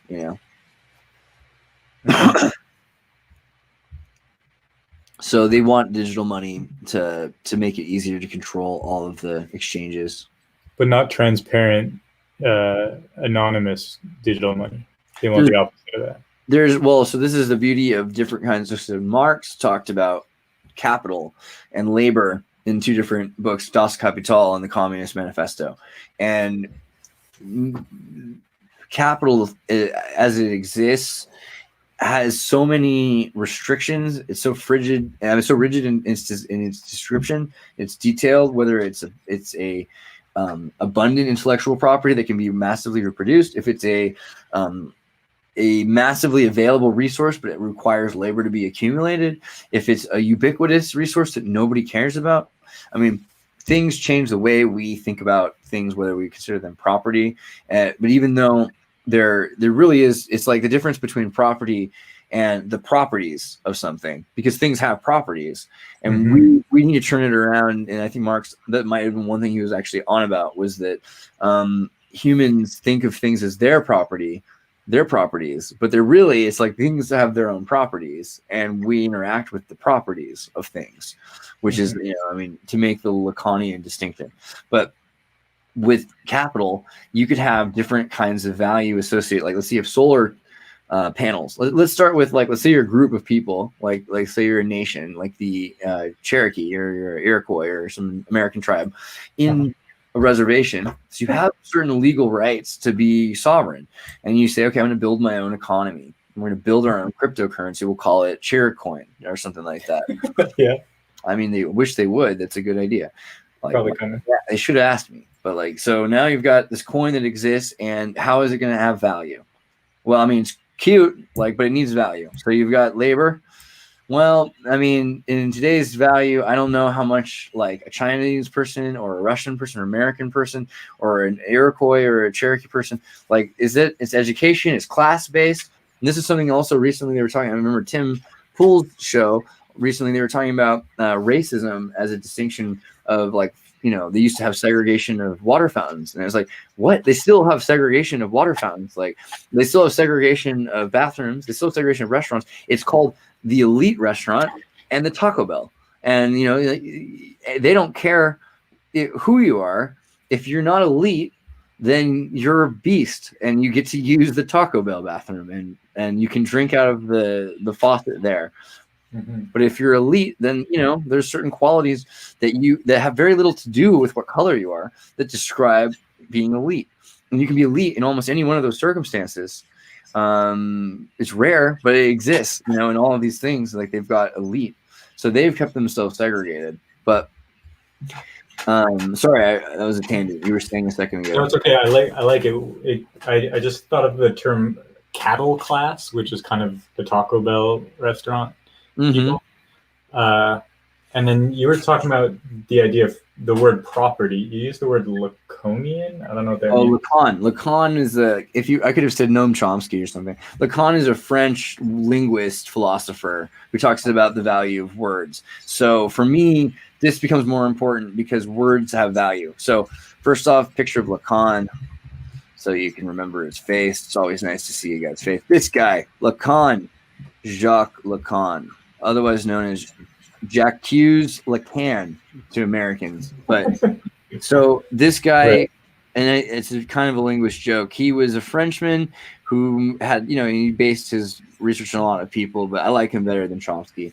And he said basically that value comes from the word. The word doesn't come from the value. And this is a really weird idea. Because for me, what I'm thinking of is, as a computer person, if you record some experience of sensors that are recording the camera and have a microphone, they record an experience, and then you have that moment, then you have meta tags. And so you describe with meta tags a sensory experience, Now, so you'd think that words come from experiences, but realistically, that's not always true. And it's less true than you'd think. Like, a lot of the time you have these, like, all of your life you're thinking about husband or wife and love and abstract concepts that you don't have until you get them, or you never get them at all, and they become the things of poetry. And so people really build realities based on my idea of my wedding, and realities, we, at first you've got Paris syndrome because you read about Paris. Paris is your Paris. You go to Paris, it's not anything like that. Like, this isn't Paris. This is crazy. This is not what I thought Paris would be like. So in other words, it's not Paris. But what you could do at that point is you could blow up Paris and build a new Paris. I mean, like, look at what, like World War II. You could just start over. In a lot of ways, you could reset the economy like they're doing right now. So you can make things the way you remember them, but even if it's a false memory. And Lacan talks about that. Now, that's important. Why? Because 1984 is coming. And George Orwell's whole idea is that we reduce language. Eventually, we get to a point where we can't communicate or express ourselves. And Neuralink wants to send you sex tapes through your mind so that you don't want words. They want to make it so that instead of words, you just have experiences. But that's scary because, it's cool. It could be cool. Like, not just the sex experience, monster truck shows. Education, like lectures. But, that was Elon Musk's example with sex acts. But then look at what it's like when we're having a conversation. And sharing ideas is a whole different thing. And if you were to send me a recording of being inside of your body, I don't even know how far we're talking. Because, like, do I get to experience your hormonal responses? Are they emulated? Do I have a quantization of how much serotonin I release normally? So is it like, basically, like, am I playing your song, like your life, through my instruments? Like, or do I get like a really, really detailed feeling of what it's like to feel like you while you're feeling your thing?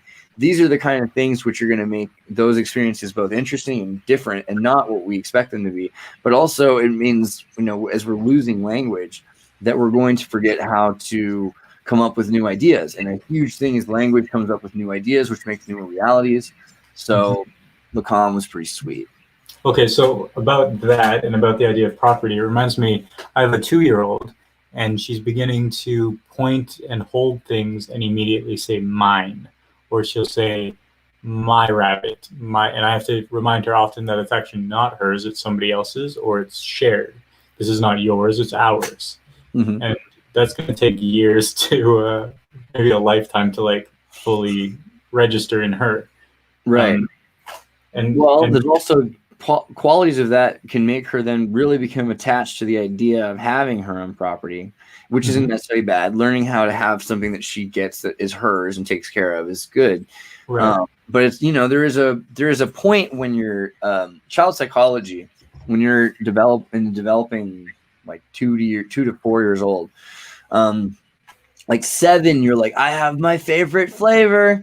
I don't like yours, but like 2 years old, you're like, if you play peekaboo with someone at 2 years old, they sometimes still are like amazed. And if you think about the quantity of time they've experienced, like if you're gone for a week, it's like a long part of their life. So they don't understand distance and time space the same way. They're smaller people. They have quicker, experience. The whole thing is bigger to them. And also, if you're in another room from like almost, up to about 18 months, like if you're like playing peekaboo and you're gone. You literally, you're gone, Yeah. You're out of sight, you're out of mind. And when you're back, it's like, whoa. She broke her wrist 2 nights ago, and I could tell by her screams she thought that was the rest of her life. Like, this is her new reality forever.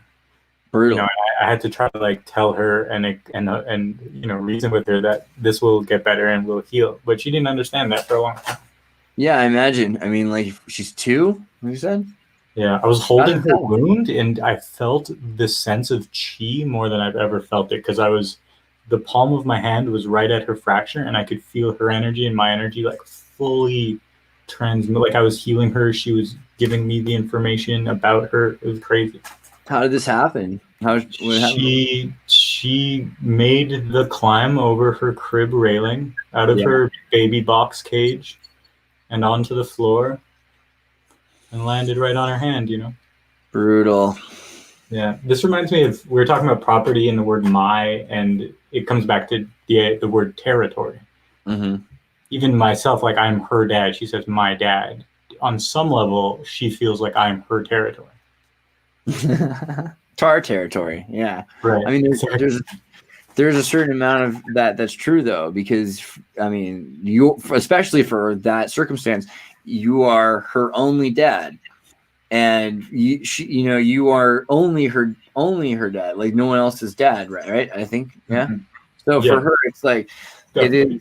It is very clear that is, but she doesn't understand all of the other roles in your life or what it's like to be an adult person yet, because I think they think they're very different things. They're like, oh, well, that's just not, I mean, I'm a thing and that's a thing and they're different things. I think that takes a long time before you're like, wow, they're all the same. It depends. I mean, but you can, by 7 to 10, you start to be suspicious of people, hopefully. Well, it's cool because our whole conversation has been sort of about money, but I feel like we're coming to the idea of ownership and the understanding that ownership is fluid. Yeah, I mean that's a bit, well, it depends. So you look at the idea of exchange of property, and you see what happens when you exchange property. Like you exchange ideas, people change the ideas. You exchange property, people refine the property. And you have people that use them for different agendas and different purposes. Also, though, you've got circumstances where for a long time, like right now, we're talking 20 years now, the United States economy has been controlled by this seed group that has a digital stock exchange, which is 15 seconds ahead of the rest of everyone else's internet. And so that means that they're like from the future, and they're able to manipulate the market that everyone says no one else is allowed to manipulate by law, So, and they have to by law. So that's pretty weird that we've gotten in that circumstance. But at the end of the day, properties don't have to be monopolies. And this is a thing like everyone can have. When you start looking, rap song right there, man. Properties don't have to be monopolies. Yeah, I mean, you could rap. I should rap. I'm Andreas. I know, but like we could easily have like a territory that has multiple persons on a territory. So it does, it's in the same sense, intellectual property can be stacked holographically, and no one's kind of come to terms with that fully yet. But Creative Can you repeat that sentence? Intellectual property can be stacked holographically. Is that what you said? Yeah, you can have multiple people that have assigned ownerships that are non-exclusive. You could have exclusive rights to a collective group. You could have you could have different levels of permissions of rights. Like someone who created it originally says that for the first 20 years, I mean, this is what they were always trying with patent law to do these things. In the 1700s, is it, Brittany, do you remember the earliest, I'm like nodding to the screen. Do you remember the earliest patent in the United States? It's like coke ash tartaric acid, I think, right? And it's tartaric acid. So they figure out a number for the patent. They figure out 20 years, we want to make profit on it and advance it and come up with another thing. And in the we'll have a 5-year plan for the business, and then we'll have another thing. And then after that, everyone can use it. If we haven't figured it out by then, like other people can start using it. But then they were like worried when people were becoming so advanced, like, if 20 years is not enough time, like people are going to start using our computers, and we've only had this computer for 20 years. It's like, really, like, that's a good rule. I think after 20 years, most things should become available, but I'm not 40. So I don't know, maybe I think it should be 7, but that's just me. It depends. I mean, I think that there could be, it depends on the thing. Like, I mean, it takes like 5 years to build. Like, if you were like, let's say you invent like the new Winchester rifle or a new rocket or something, new graphene technology, it's going to take 5 years to get it to the place where you can sell it, and that can be a serious problem when you're building an entire new infrastructure, and you need all the money and people to invest in it. So they're going to. It's only going to take my competitor 3 years because they can just look at my work. Yeah, exactly. So you want to have a certain amount of monopoly on your idea for a while, and that's what the Chinese and the Russian plan, the Gorbachev perestroika plan. Is that right? Yeah, not glasnost, but perestroika. They like allowed people to have certain amounts of low property ownership. They could do things. 51% was still owned by the government, but they would allow people to have their own ideas and they make some profit off of it, as long as the government was okay with it. But that's scary too, man, because like when you say that someone doesn't own some property, then what ends up happening is that you say that person is obliged to follow rules. And whose rules are those? Are they the rules of a uniform commercial code, a dictator of a minority like a king, or the democracy? Because the democracy is the dictatorship of the majority oppressing the minority, and it can be all rights removed. And so you want, commons are great, and we want so that's why mercantilism talks about building these great common places. But if you don't have individual places to be sovereign, then there's a problem. And so people do have, I think, like that's probably what the inalienable right really refers to, is like Thomas Hobbes was saying, Locke is wrong. He's talking about something else. He's talking about privileges, and it's nice. You should have privilege. You should have a state where people work together and make privilege. But in real life, you have one right, which is the right to die not submitting. Like you can not submit up to your death. And that's even something, and that's like the reason he said that is because up until that point, that was true. Now, like they've taken torture to new levels. Like we're beyond torture, like 1984. We have like Neuralink.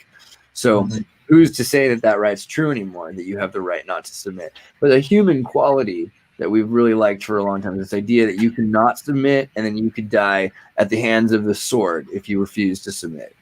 And you exchange that right for privileges. And you'll say, okay, I will actually let you hold my life in your hands if you promise not to kill me or punish me unless I do things I agreed that were wrong in your little book.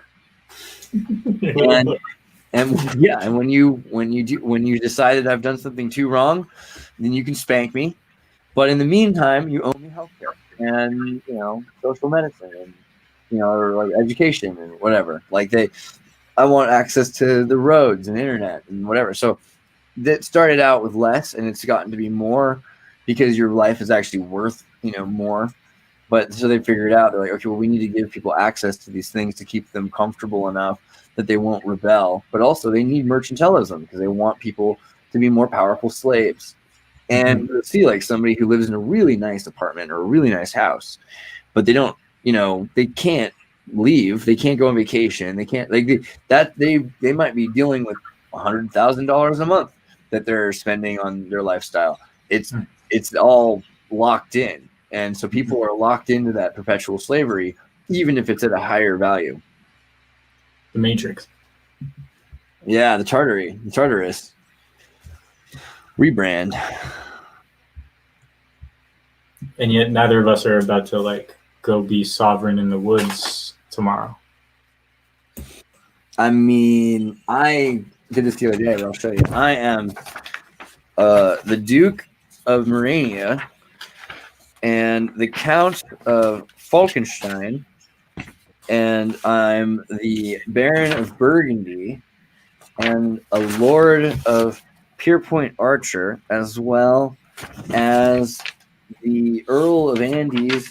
And what else was last one? I mean, I'm also an Irish something or other. And then I'm the Tsar of Manovka. So at this point, I would say I'm pretty sovereign, like to the DMV, at least I would say that. Like you can do whatever you want to be sovereign. And in Canada, it should be pretty easy because don't you guys like still respect titles like as a thing? Like isn't that like Canadian? Like you guys have Canadian royalty, like literally? I don't know. That's not something I've paid attention to, but I think that as a Commonwealth, I think we're fully like in the system of whatever royal titles exist in England. Yep. Royal House of Canada. I think there are royals born in. Like, do you know like if you're in Canada and you buy a piece of land and then you find oil or gold on your land, it doesn't belong to you. It belongs to the Queen. You legally have to tell the Crown that you have it and give it to them. Right. Yeah, Canada's the best example. Canada's so weird, man. Or the Turtle Island around the shores of Canada, the Canadas.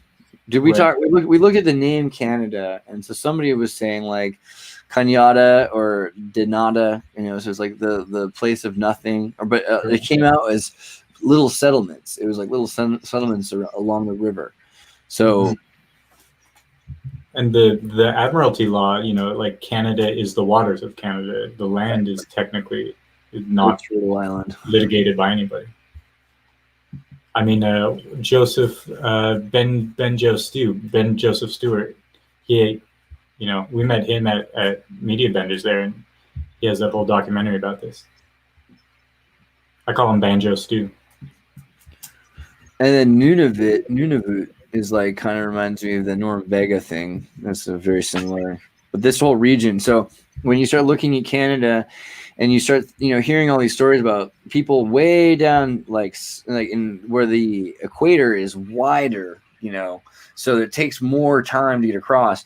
Up here, it's so quick to go from Scandinavia, from one island to the other, go from Greenland across or around, just kind of island hopping, and you can get into Labrador and into Nova Scotia, and that's way up there. Like, so if you even think about it down further near New Brunswick and then into the Hudson Bay, but look how huge this waterway is. You would totally be going in here in the 1100s, and you could just see how that could happen. And then the water paths that would lead to these other states. So the Scandinavian influence to Canada with the rune stones that we found all over Canada. That's interesting that the British Crown controlled it so strongly. I mean, how do they get away with it? I just always wonder. Yeah, me too. Martin Frobisher.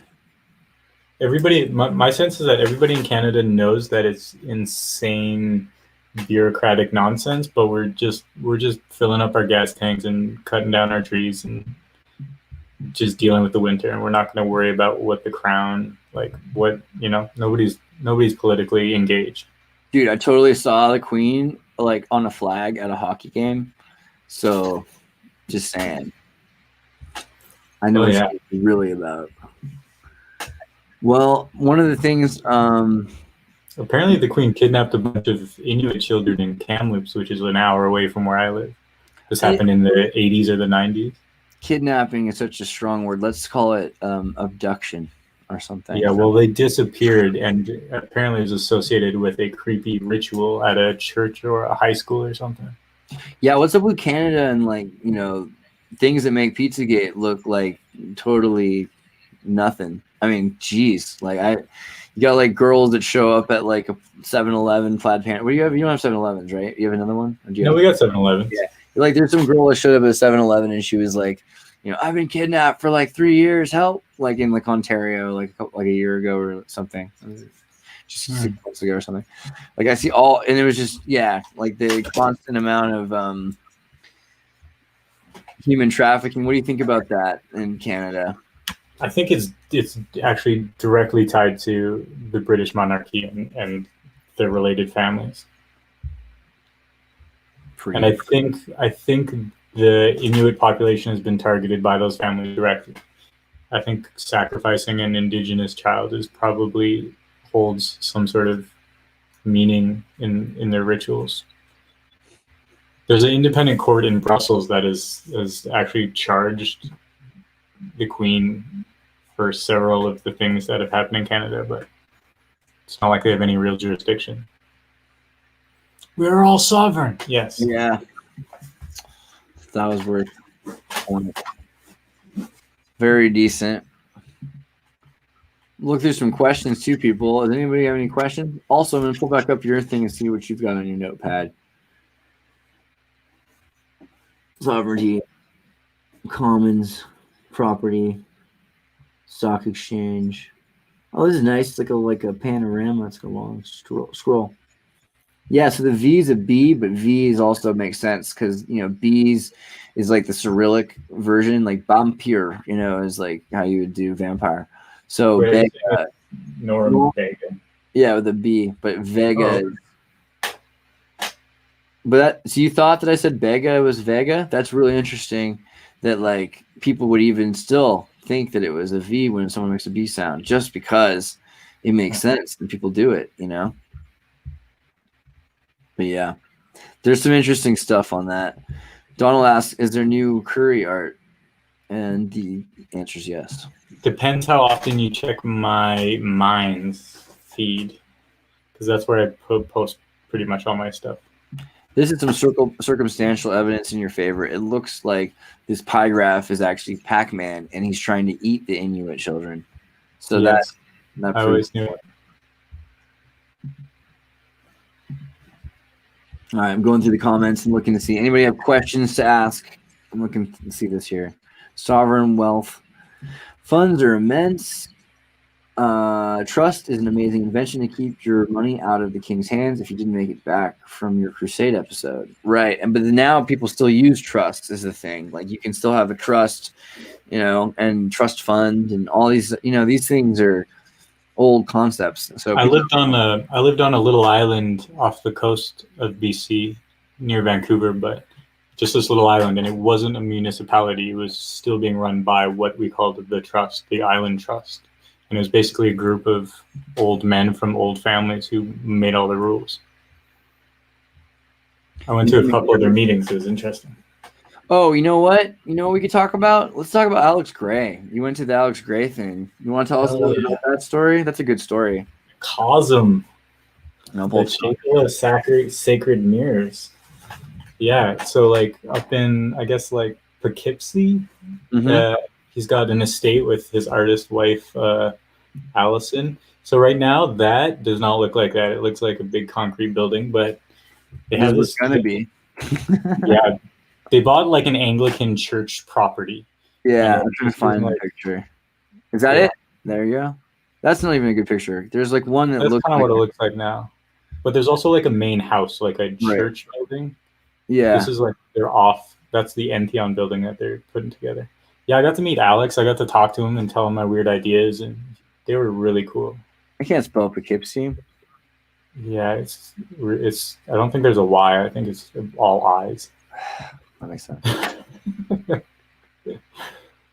I mean, that's the only picture I see right now, but I remember seeing the front of it more churchy looking. But okay, here's an inside of what they're trying to do to rebuild this old, brick arch and stuff like that. But yeah, they're, if you guys aren't familiar with this very strange DMT artist dude who looks like, his skin just looks like he's got like amazing, like tryptamine, steroid antigens, like that does stuff to your skin to keep you younger. He's a big believer in mushrooms. He eats all kinds of mushrooms, and him and Paul Stamets are often in communication. He looks pretty young considering how old he is at the same time, which is interesting. And every Sunday they have art church, and they basically do like an art history type of lecture instead of a religious sermon. That is the religious sermon. They talk about the history of art and how art has always been sacred and always been connected to the divine.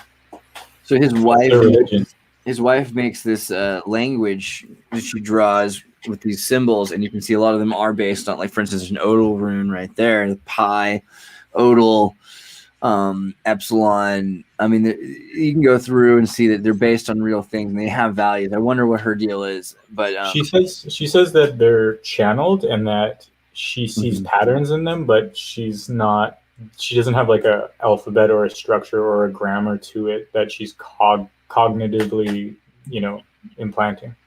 Yeah, but it looks very Star Warsy and very Masonic also in its own If I way. didn't live so far west, I would just take my van and park it there for as long as they'd let me. Yeah, I mean, can you get into America? Because we can't even get into Canada yet, I think. No, isn't that it?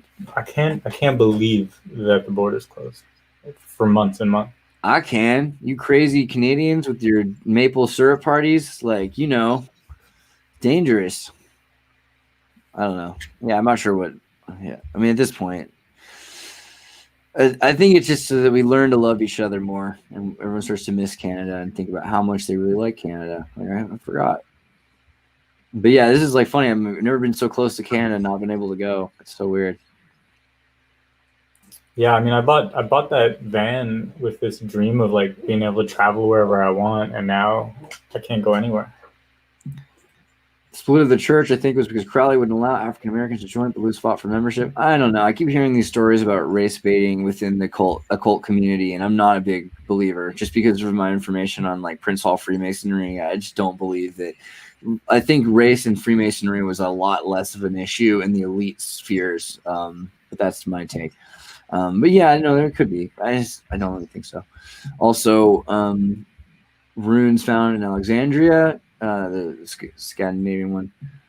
Psycho Pomp the Third. How do I get Canada's money to show on the screen? Thanks so much, guys. That's awesome. Psycho Pomp the Third gave us $6.99 Canadian money, which is that's really really useful. Putting lyrics to rap to Andreas in the comments when able to. Oh, should we be looking for Psycho Pomp's comments? I mean, let's find that. Also, Brittany, thank you. Please close with your never-ending story vid in here or Creeps and Light. You guys can remember to find my videos. There's plenty of options to watch. You can look at the video of me singing songs, or they're there. For those who don't want to watch that because they want history stuff, there's this. And then for those who want art, it's there. Do you want to talk about your animation frenzy right now? Yeah, okay, all right. I guess that's what Brittany's trying to get me to do anyway. She's like, talk about that animation stuff. Yeah, let's talk about animation. What's up? The Windsors are small. Well, I started trying to make animations with some people. Micah Buzan did a video for the Flaming Lips or something. He did a few different things besides. He did the Flaming Lips video, and he did I don't know. You'll look up Micah Buzan, you'll like him. Micah, Micah. And then Buzan, Buzan, Buzan. But he makes really great Disney-esque hand done stuff, and so I've been using some of the hand drawn like pieces and trying to do layer compositions. And Brittany had a student with like an autistic order sequencing issue or something. So we have this fish and this other fish, and they race, and the first one gets across, and the second one gets across, third, and you can follow the path. And I was like, all right, that's actually pretty cool. I'm going to use this technology to make videos to help this autistic kid follow the fish. And then I was like, all right, I can use this technology more. And then I started playing with voice software. Like, did I show you have you seen my voice software stuff? Not yet. You sent me a bunch of links, but I haven't had a chance yet. Dude, where's that? I'll just that I can play because no one's heard that before, so I feel okay with it. This is my voice, reading words, machine doing it. I am Andreas. Hear my words. Let my voice flow through these speakers, and let the sound reverberate fully throughout both the room and your ears and yourself. Thank you, Xirtus. So, you may have noticed, my power has increased tremendously recently. In fact, I notice in every moment of every day the increase in accuracy and potency and efficacy of the general abracadabra thing improving. I mean, that's pretty real sounding, eh?